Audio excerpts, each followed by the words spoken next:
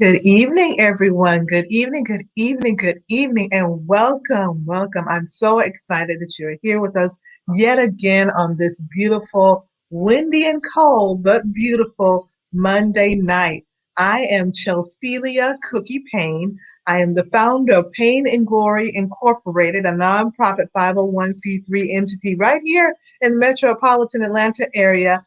And I'm joining you tonight for our weekly broadcast of Pain in the Pews, Mental Health and Ministry. Pain in the Pews is an initiative that we started 6 years ago, although Pain and Glory has been in operation. We were established in 2005, so this is coming up on our 16th year. But we started the initiative Pain in the Pews, Mental Health and Ministry 6 years ago, coming up on our seventh year, which is amazing, which is a blessing in and of itself. And it was brought about, it was birthed to be a a manner in which we bridge the gap between mental health and the faith communities. Oftentimes, not just oftentimes, across time, there has been a stigma associated with mental health. And so, not just in the church, but all over. And so we want to destigmatize mental health. We want to give information and resources.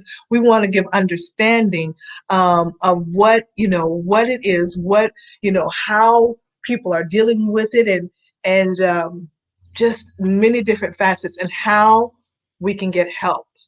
Right? That is important. It's one thing just to talk about it. It's another thing to talk about it and get understanding. It's another thing to talk about it, get understanding, and get training, because that is key. There's mental health first aid, there's pastoral care training, there's many different things that you can do, but there's also the application. There's also the application. And so I'm here on tonight in yet another installation of our weekly broadcast, and I'm glad that you're here. Before we dive in, as you saw, the topic is Tamar, not talking about the Braxton. Tamar from the Bible. We're not going to talk about tragedy, trials, and triggers. And this is going to be coming from 2 Samuel chapter 13. I will say, although every week we touch on a pain point of some sort, I will say that if this particular topic that we'll be discussing, which will tap on heavily rape and molestation.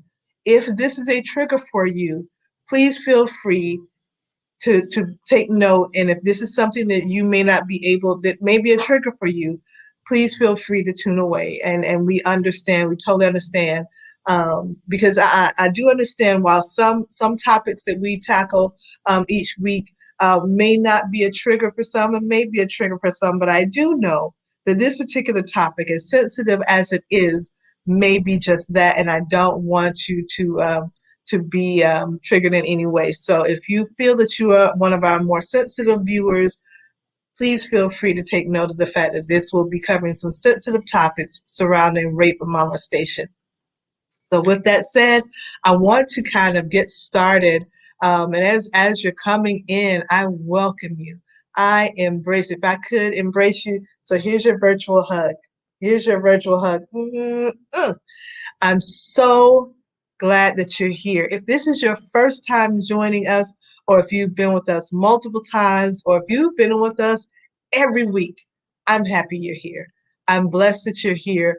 I'm hoping, and it is not only my hope, it is my prayer, and it's my sincere desire that there is something that is being said by myself or by my guests, or both, really, the topics that are coming forth, that are encouraging you, that are a blessing to you, that give you strength, that give you information that maybe you didn't have before, or gave you some aha moments, something to think about, something to kind of, put in your back pocket to think about later. So I really want to thank you all for your participation and for your being here on tonight. So we're going to get started. I'm actually going to be reading the same scripture in two different versions. So I'm going to be reading from the King James version. I'm also going to be reading the Amplified. I was going to do the Message Bible, and you can certainly do so at your leisure.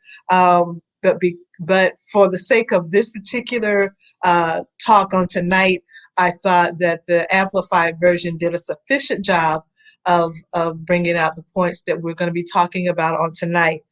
So what we're talking about on tonight is the story of Tamar. Now there are two Tamars in the Bible. This particular Tamar was she was the daughter of David, King David. And so what we're going to do is we're going to use our imaginations just a bit.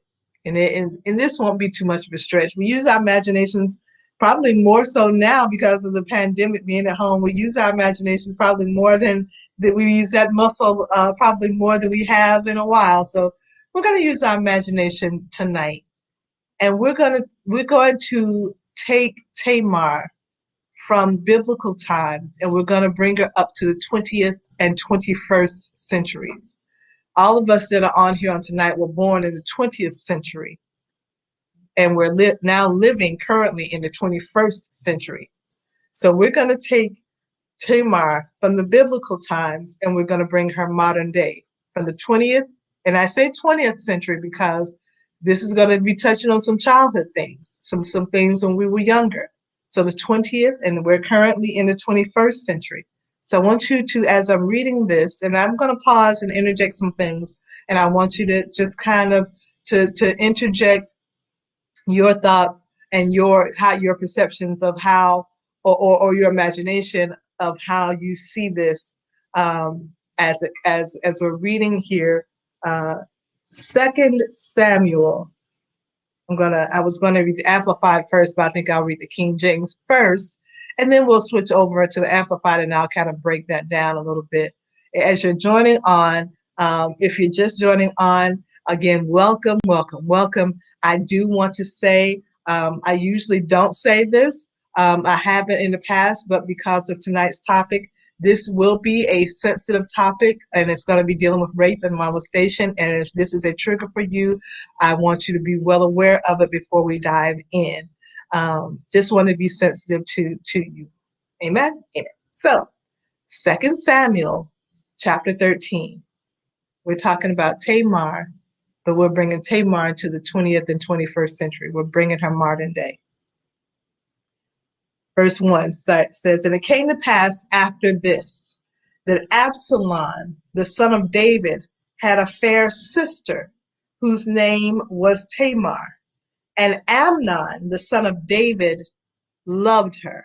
Now keep in mind that David had many children, but they were not, they were half sister and brother. So that's going to be key, and you'll hear that again. So keep that in mind. Verse 2, "And Amnon was so vexed that he fell sick for his sister Tamar, for she was a virgin.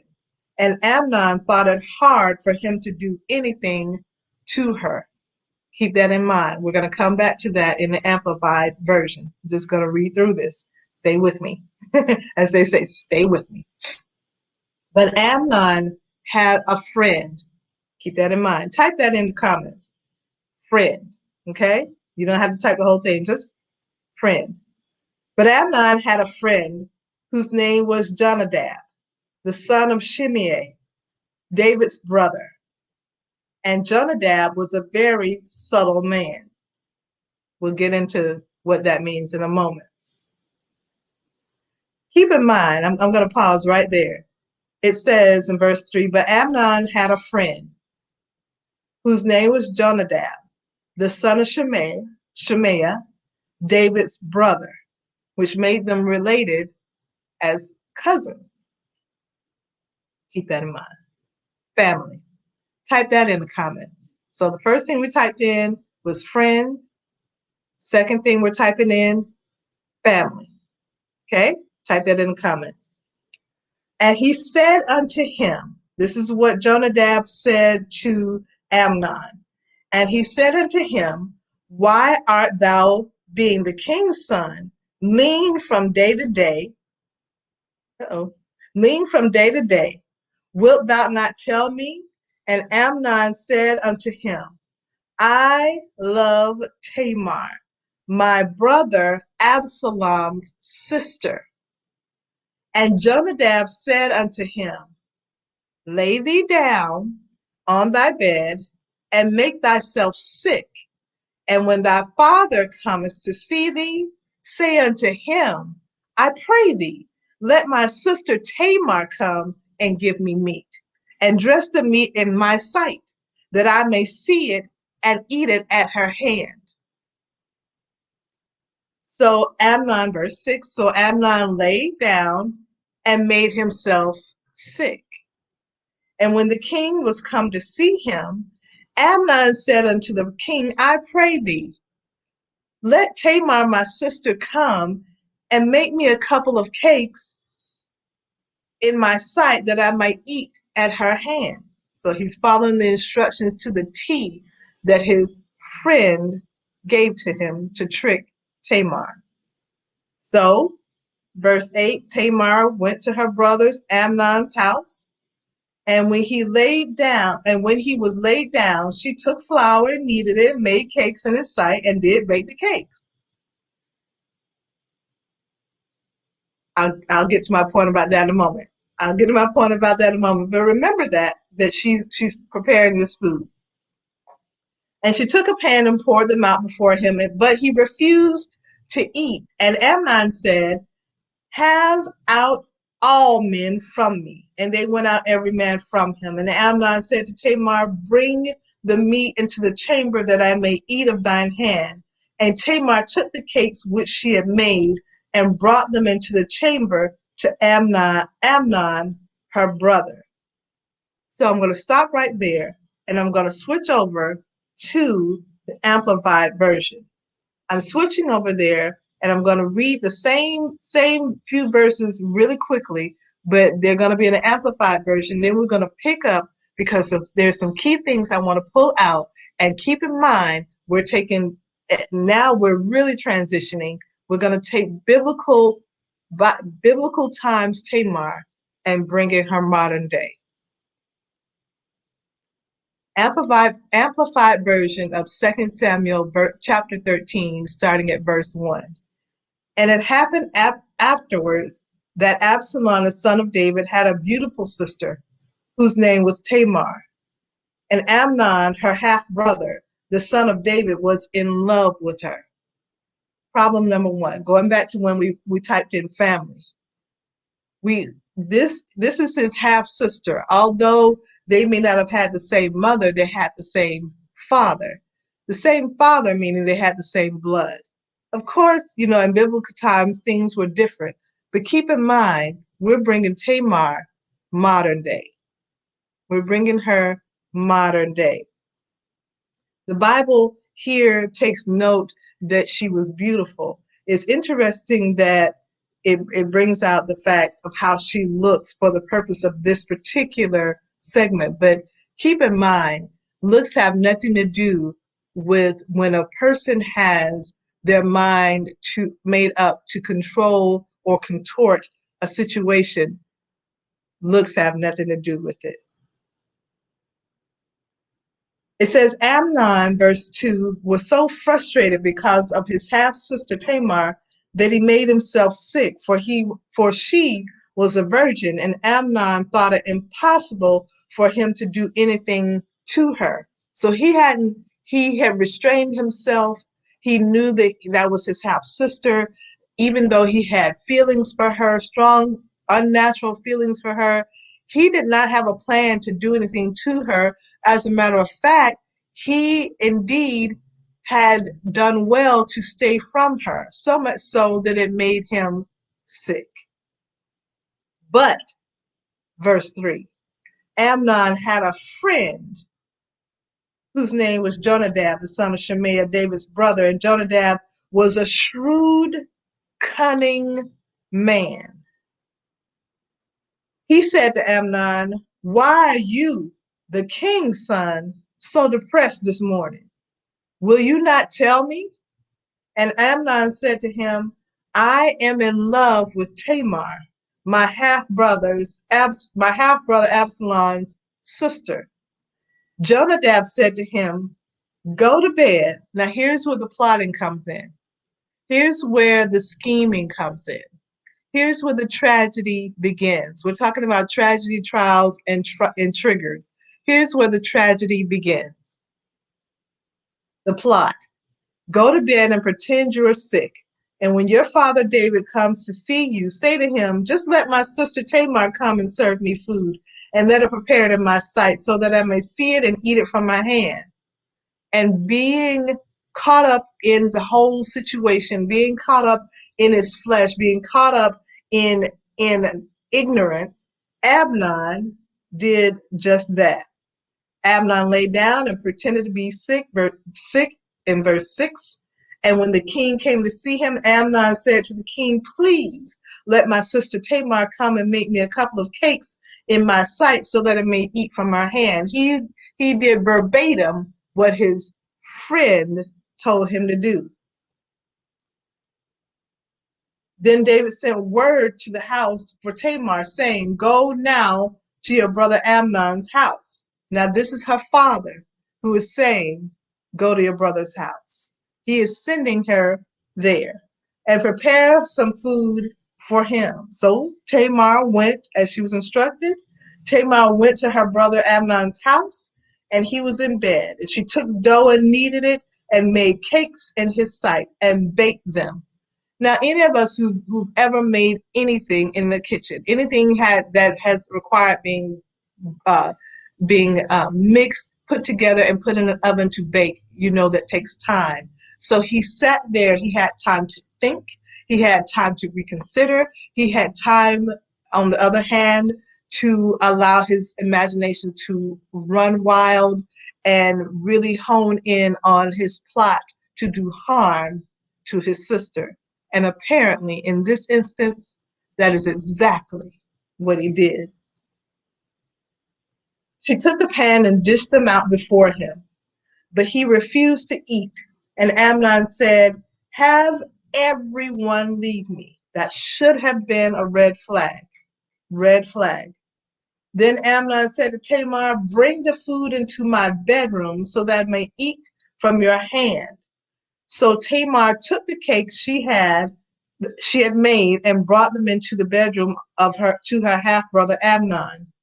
When she brought them to him to eat, he took hold of her and said, come lie with me, my sister. Verse 12. This is where the trials, the tragedy links up with the trials. This is the beginning of the trials. We're in the tragedy. We're continuing on with her tragedy, and now we're at the beginning of the trial. She replied, no, my brother, do not violate me, for such a thing is not done in Israel. Do not do this disgraceful thing. As for me, verse 13, how could I get rid of my shame and disgrace? And you will be considered one of the fools in Israel. So now she's speaking to his sensibility. She's speaking to his rational side, but there is no rational side when a person is made up in their mind that they're going to violate another person. So now just speak to the king about taking me as your wife. She's pleading her case. She's trying to give him a rational thought. For he will not withhold me from you.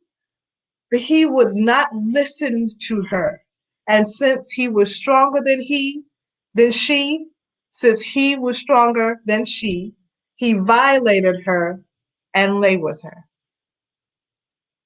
The tragedy and the trials. Then Amnon became extremely hateful towards her, for his hatred towards her was greater than the love which he had for her. And Amnon said to her, get up and get out.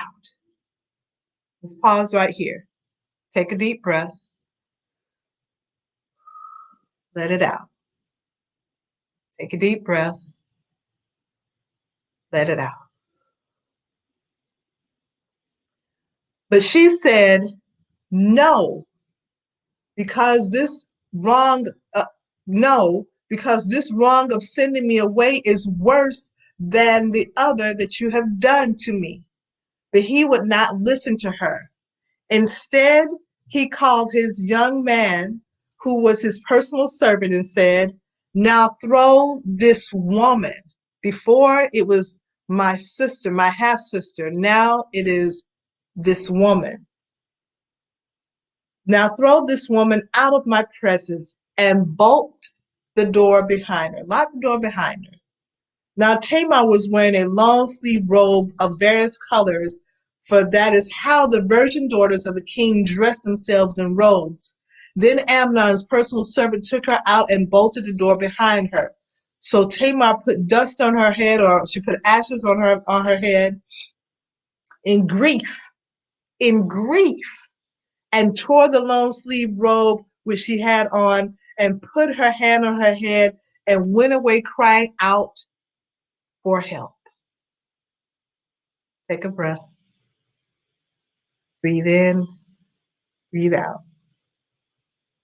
So her brother Absalom said to her, now here comes the triggers. We're still in the tragedy. We're still in the trials, but here comes the triggers. So her brother Absalom said to her, has your brother Amnon been with you? My question is, how did he know that? I'll leave that alone. But now, keep silent, my sister. Here's the trigger. Her sister told her, her brother told her, I know what happened to you, but don't say anything. But keep silent, my sister, he said. Do not take this matter to heart. Be silent. Don't say anything. Modern day vernacular sounds like this. What goes on in this house stays in this house. This is a family matter.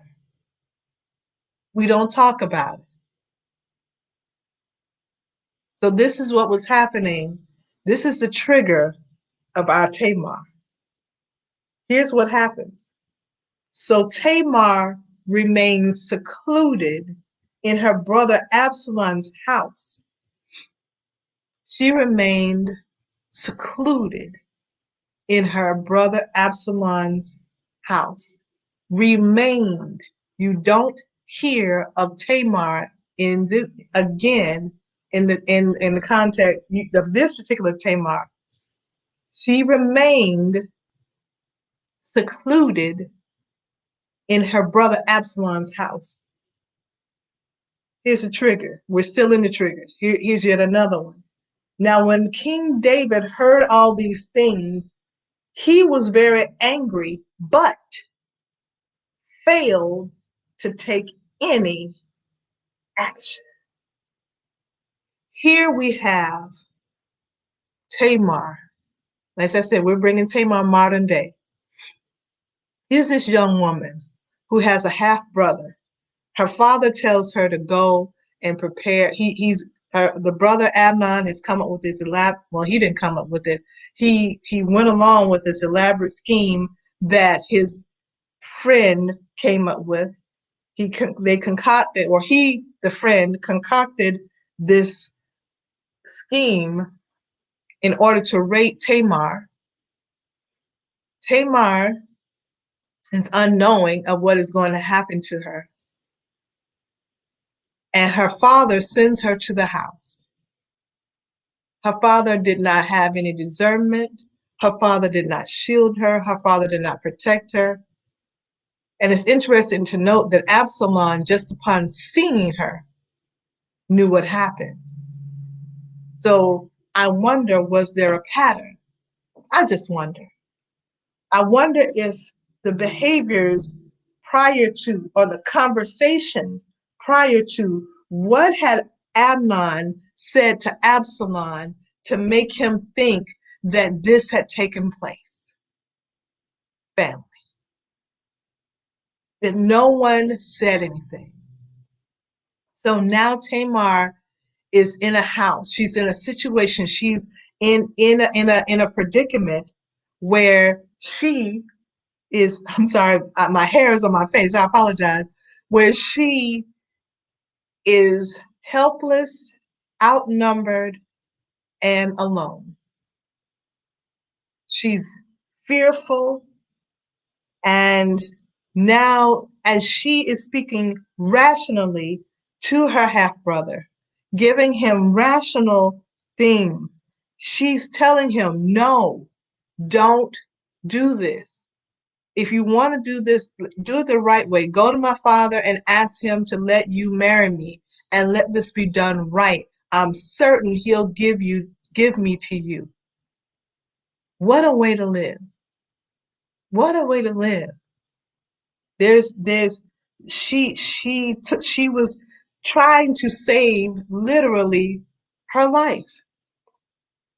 Literally. So I began to look up before we get too far in it. I looked up some words because I wanted to tie this together. I wanted to get an understanding, to get into the headspace of Tamar biblical times, Tamar modern day times. So I looked up some words. I looked up the word trigger, right? Because we use that term and many of us know what it means or know what it, if you don't even know the professional or the specific definition, you know what a trigger feels like. Many of us know what it feels like, even if we can't articulate it. But here, the word trigger simply says of an event. No, there's a better one. One moment. Here we go. Trigger, especially if something read, seen, or heard distress someone. Someone is in parentheses, typically a result of arousing feelings or memories associated with a particular traumatic experience. Every single time this young lady had to think of how she was left alone, told by her brother, don't say anything. Her brother Absalom, don't say anything. Hide this in your heart. And then was exiled. The King James Version says exiled to her brother Absalom's house forever. It says here, I will give you what it says right here uh, in the King James Version. Now, although Absalom went after his brother to kill him and all that, the damage was done. Now you're putting trauma on top of trauma. You're the brother who told me not to say anything. Me, Tamar, you told me not to say anything, but now you're going to go after him and chase him and hunt him down and kill him. So I'm going to tell you exactly what the King James Version says really quickly. It says, here we go, verse 20. And Absalom, her brother, said unto her, this is the King James Version of 2 Samuel chapter 13, verse 20. And Absalom, her brother, said unto her, hath Amnon thy brother been with thee? Now hold thy peace, my sister. He is thy brother. Regard not this thing. How tragic. How tragic. So Tamar remained desolate in her brother Absalom's house. That's what it says in the King James Version. So I looked up the word desolate. So let me give you all what desolate means, the actual definition. It says, I'm going to give you both. One of them says, of a place deserted of people and in a state of bleak and dismal emptiness. How often have women who have been through, and women and men who have been through molestation and rape may not have been physically in a house like Tamar was, but found themselves in a state of bleak and dismal emptiness inside, right? And then the other definition of desolate is to make a place bleak and depressingly empty or bare. So there she sat in her brother Absalom's house, bleak, bleak, depressing, depressed, empty. There she was. I also looked up bitter because in one of the translations that I read, it talked about her bitter tears. when she was crying and how bitter she was. So I found here of people of their or their feelings of behavior. Let me read that again. Of people or their feelings or behavior, angry, hurt, or resentful because of one's bad experiences or a sense of unjust treatment. We're looking at Tamar and the one person or the people, but specifically her father, the king, David, who was supposed to protect her father, the one that was supposed to shield her leader, her covering. He did and said nothing. The Bible doesn't allude to anything that he said to her. The Bible does say he said nothing. Nothing. It's so often that I have talked to people over, as I said at the top of this, Pain and Glory has been in existence since 2005. And over those years, I have met many people. We started out as as a nonprofit organization for domestic violence prevention and awareness for survivors who were out of the actual physical situation, but was still grappling with the emotional and mental part of it. And over the years, even with Pain and Abuse, mental health and ministry, I have talked to, and I will say men and women who have been molested or raped, and the number of people who I have found, who I've talked to, who, and please, when I say this, please don't take this as an indictment on anybody or how the, just hear what I'm saying.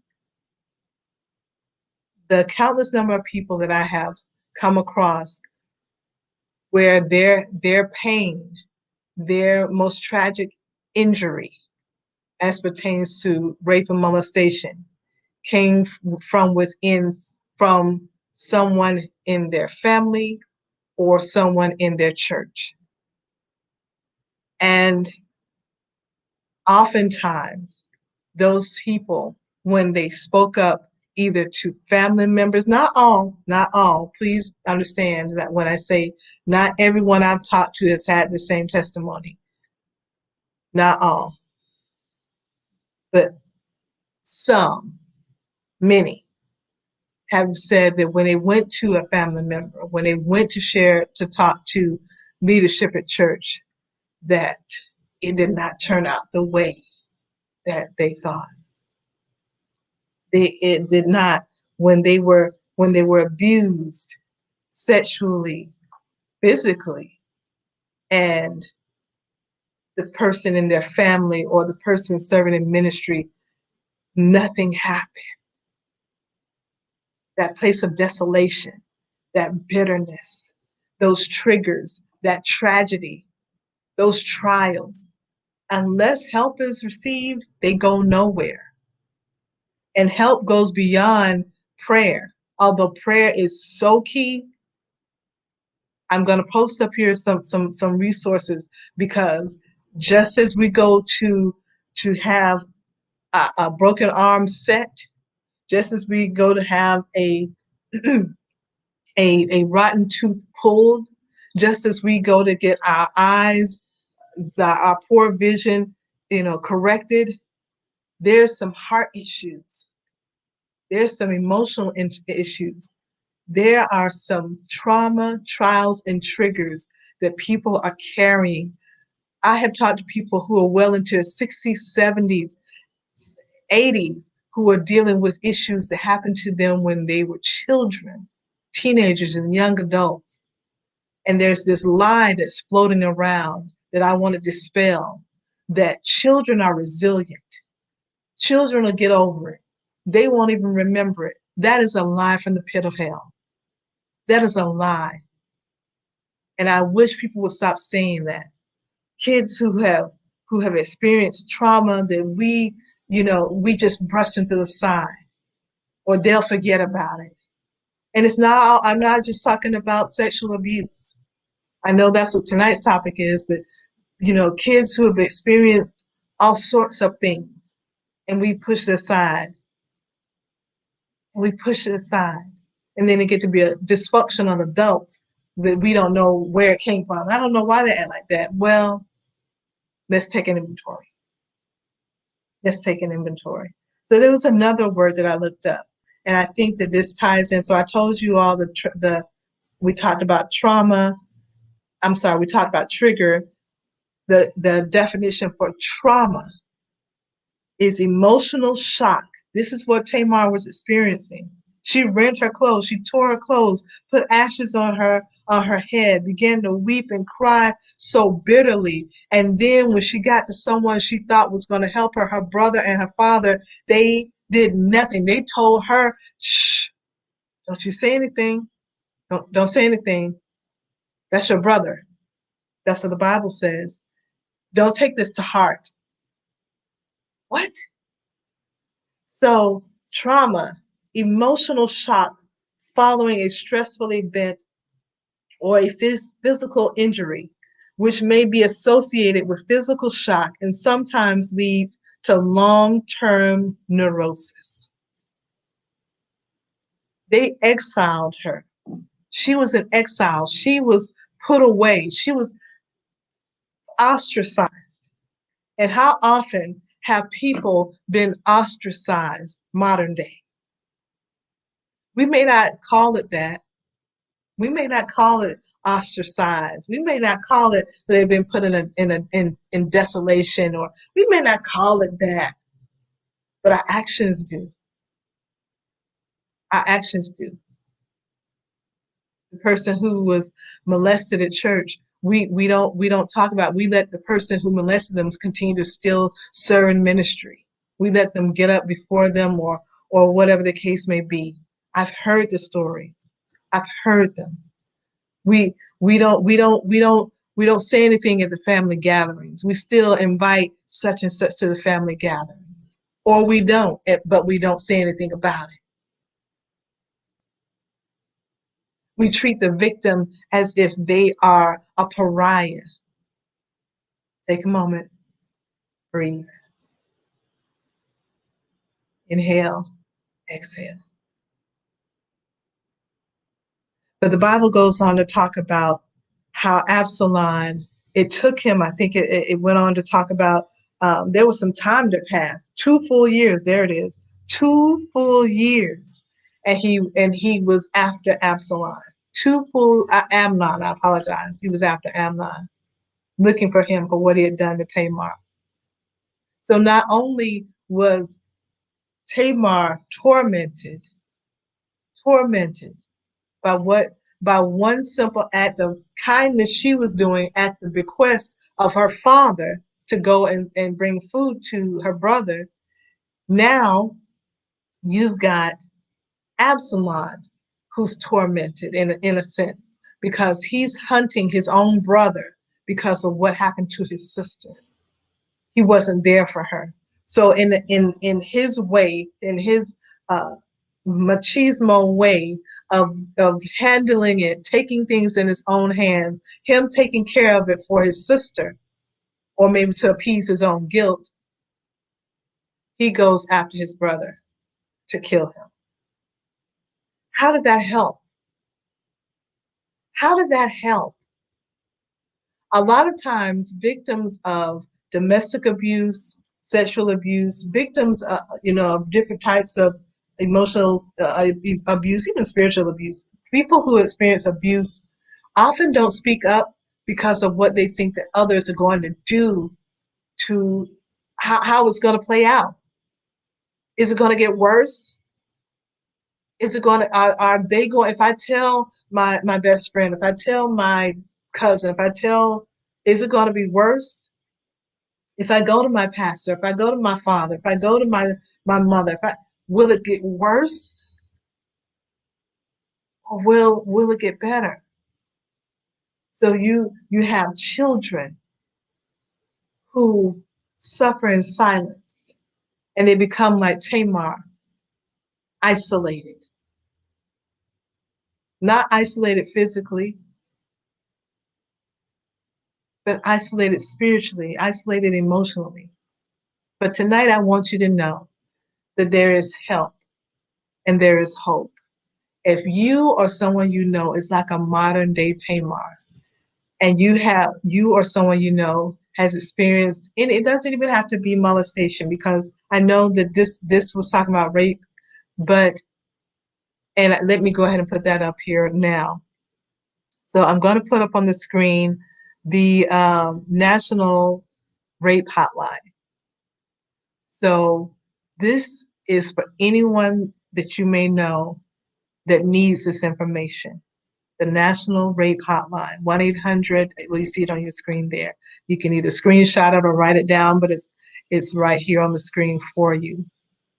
I also want you to let you know that there are resources beyond this, because maybe this is not the case. Maybe you're not in a situation where this is relevant right now. Maybe it's something that happened years ago, but you're still dealing with it in your mind.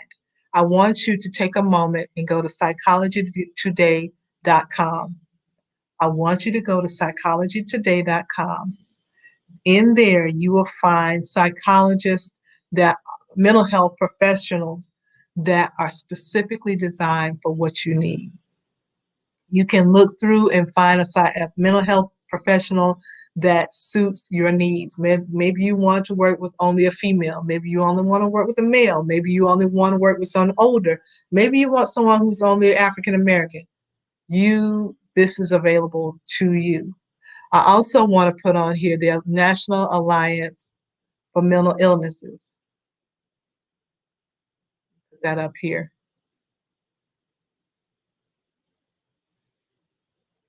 so that you can have that as well. Take that one off, and I'm going to show this one. This one is the National Alliance on Mental Illness. There we go. It's NAMI.org. NAMI.org. This has lots of tools, tips, and resources available to you to help you with your mental health. It'll help you with everything from peer groups, if you want to have group sessions, to having tips and tools that you can use in your home. I encourage you, get the help that you need. We want you to be whole and healthy. We don't want you to be like Tamar. We don't want you to be dealing with tragedy, trials, and triggers without support. I'm not saying that the trials, triggers, and tragedy won't be there, or that they weren't there, or that you're not still dealing with them now. But what I am telling you is that there's help. That's what I'm telling you. That's what I'm telling you. If we could have gone back to the biblical days, Tamar, this is information I would be sharing with her too. Coupled with prayer, coupled with your faith, coupled with your belief in God, coupled with your prayer time, coupled with your time alone with God, utilize the resources that are available to make sure that you are whole and healthy. Lastly, if you would like to partner with us, if you would like to donate in any way towards what we are doing, let me tell you what we're doing. You can give to us right here, Cash App, or either on PayPal. Let me tell you what we're doing. I'm in the works right now of offering a virtual mental health first aid certification. Over the past several years, over the past 5 years, we started painting a few 6 years ago. Past 5 years, I have been offering mental health first aid certification. We bring in an instructor who is amazing. I love her. Yvonne Kirkland comes in and she does an amazing job of certifying us. However, with COVID-19, we are not able to do it live and in person. And so we are already working on it. We're going to announce the date soon. And so this is going to be key, especially for those of you who are in ministry, anybody not, I shouldn't say especially, this is for anybody. Listen, we're living in a global pandemic, not just Georgia, not just the United States. This is a global pandemic, and this is something that is hitting everyone, and everyone is experiencing it differently. Whether you know it or not, everyone is experiencing it differently, from your children to your seniors to everyone in between. Everyone is experiencing it differently. And right now is the best time to have mental health first aid training. Trust me. And so we will be offering that, and it will be virtual. And if you would like to partner with us to help us to fund it, or if you'd like to sponsor someone, because there will be a small fee for it, but we would love to be able to offer it for free. We would love that. But we need your help. So be sure, if you would like to partner with us. That is not the only thing that we have coming up. Trust me, we have some wonderful things that are coming up. This month is Teen Domestic Violence Awareness Month. And so the month of February will be dedicated to bringing awareness to teen dating violence. As a matter of fact, at the end of this month, I myself will be a part of an event for young ladies, which I am so excited about. We are partnering with Pulse 24 Christian Church to bring forth a wonderful event.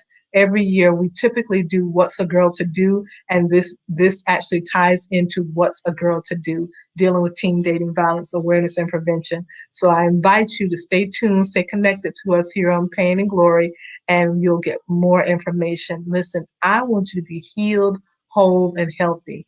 And if there's any resource or information that I can provide to you to help facilitate that, I'm so happy to do it. We are not just Pain and Glory, where we only do pain and abuse, mental health, and ministry. That's just one component of it. We also, another facet of it is, as I told you at the beginning a few moments ago, that our foundation was and still is domestic abuse awareness and prevention, but we also, another is also women's health and wellness. So listen, I want you healthy, whole, and healed. Okay? Listen, I hope that something was said on tonight that was a blessing to you. I hope that you take a moment and just read 2 Samuel 13, but read it with a different set of different lens. Read it from the standpoint of Tamar being present day. Read it from the standpoint of understanding, or you probably may already understand more than I can articulate what her trauma trials and triggers were. But understand this, even though she had trauma trials and triggers, listen, one thing that should be duly noted is that there is help. And I want you guys to seek it out and know that it is available. Once again, I'm going to put it on the screen. There is psychologytoday.com. Be sure to go on there. There you'll find a great resource for mental health professionals. Don't let this pass you by. Even if you feel like I'm okay, we're in a pandemic. Nobody's okay. Let's just be honest. Let's just be honest. You not go to the dentist enough times, long enough. At some point, your I'm okay is not okay. Prevention is better than solution. As well as the National Alliance on Mental Illness, which is NAMI.org. I would love for you to check them out. See the tools and resources that they have there for you. I think that you'll be truly pleased. And again, if you would like, let me see, let me not miss giving you the rape hotline as well. The National Rape Hotline. And this is, have that available for some. You never know if someone will need that. So I want you to be able to share that or have that available. National Rape Hotline. And lastly, before I let you go, if you would like to donate, please do so at Cash App, $ Pain and Glory, or on PayPal. You can donate there.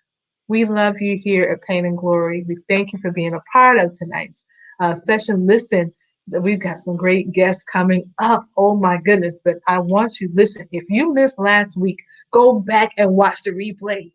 If you missed last week, ah, go back and watch the replay. All I have to say about that, if you missed last week, go back and watch the replay. I love you so much. I am Chelsea Cookie Payne, founder of Pain and Glory Incorporated and administrator of this particular segment in this group, Pain in the Pews, Mental Health and Ministry. Love you much and be well. God bless. And listen, don't forget, these resources are available to you. There is hope, there is help, and they are available to and for you. God bless.